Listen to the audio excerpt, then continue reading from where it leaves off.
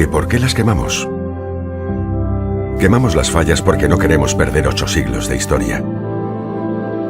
Y porque merece la pena continuar con lo que empezaron aquellos carpinteros. Las quemamos para volverlas a plantar el año que viene.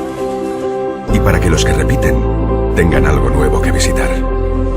Las quemamos para que los casales se llenen de nervios el día antes de la entrega de premios. Para sacarle a la fallera mayor esa lágrima. Para demostrarnos que no hay nada que no podamos dominar. Las quemamos para juntarnos sí o sí. Para que nuestros artistas falleros puedan seguir sorprendiéndonos.